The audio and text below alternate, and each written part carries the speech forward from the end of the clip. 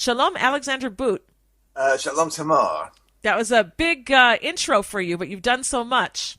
I hope I can live up to it, actually.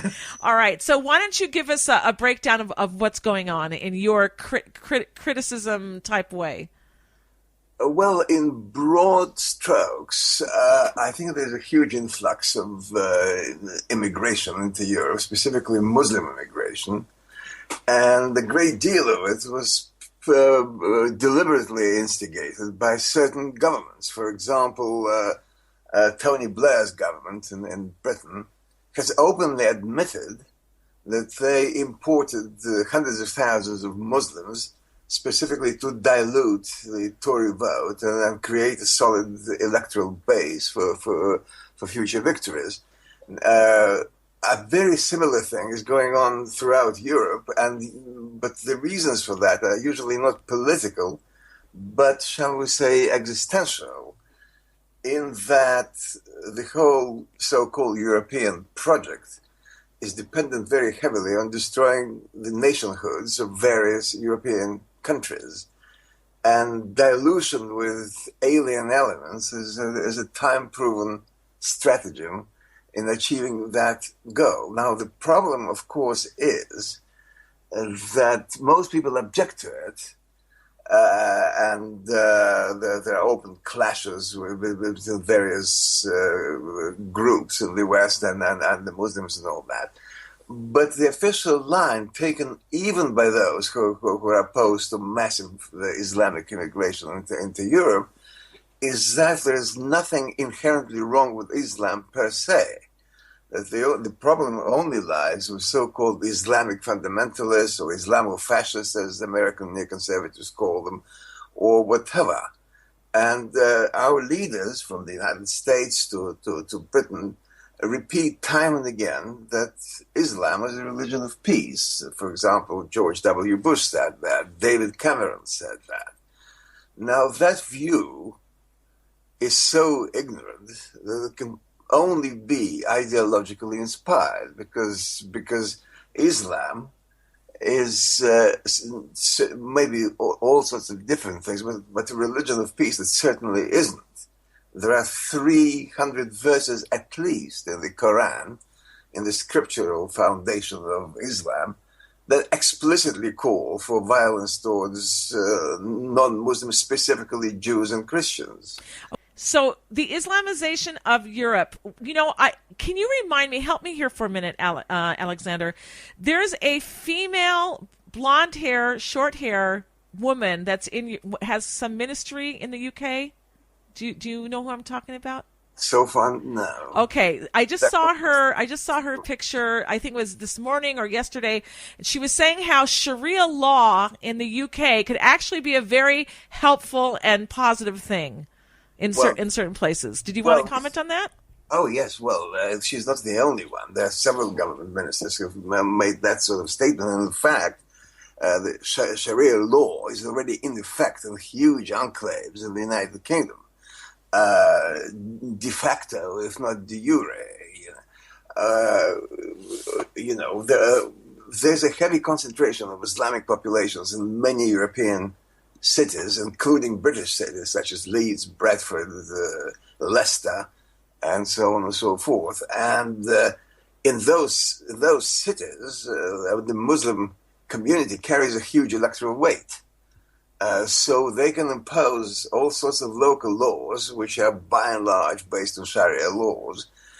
And not only that, but they also impose their ethos on the ambient population. And as a rule, there's a tremendous conflict there. And the conflict very often expresses itself violently. Like, for example, everybody knows what happened in Germany with this massive sexual abuse of women perpetrated by Muslim immigrants. And not just that, but the cover-up of the government and the press of what was happening. Of course, but my favorite example of European cities is Malmö in Sweden, which is the third largest city in Sweden, and about 40% of its population are Muslim. Now, in terms of percentages, it's huge, but in terms of numbers, it's not so vast, because Malmo, by general European standards, is not a major metropolis. However, Malmo has more murders every year than the rest of Scandinavia combined, which is a staggering figure. Mm-hmm. Right. We see the problem is not so much with any specifics such as crime or even Sharia law. The problem is largely existential, because Islam is scripturally committed to creating a global Islamic state. For example, to quote Muhammad Akram of the Muslim Brotherhood said, it's a kind of grand jihad, eliminating and destroying the Western civilization from within. That's our goal, so that God's religion is made victorious all over all other religions. And another Muslim cleric, Kamal el-Khalbawi, said, our ideal is a global Islamic state. That is entirely consistent with the 933, talks about that explicitly. In fact, multiculturalism means no culture whatsoever, because it's very good to have respect for cultures other than your own, provided that your own culture is protected. But it's not in our lands. And then in terms of Islam, a lot of people, when they talk about multiculturalism, think in terms of couscous. But multiculturalism is not only couscous; it's also the stoning of adulterers. And that's what's going on all over Europe, because we're very close to having reached a critical mass. Because at the moment there are 50 million Muslims in Europe.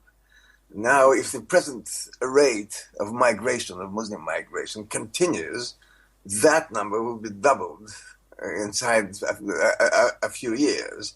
They're also talking about admitting Turkey into the European Union, and that's another 75 million Muslims who have the right of settling absolutely anywhere else.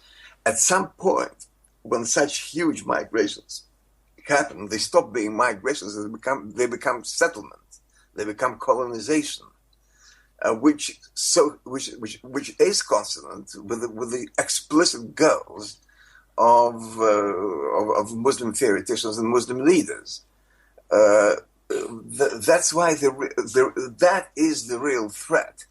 I mean, we can handle, local fanatics who insist on having Sharia law in Leeds or Malmo or Bradford or whatever. What we won't be able to handle is this massive tectonic shift in culture and the whole ethos of our countries, which is at huge risk of destruction. And that is what the kind of people you talk about, like that female minister who talks about the benefits of Sharia law here or there. That's what they don't understand.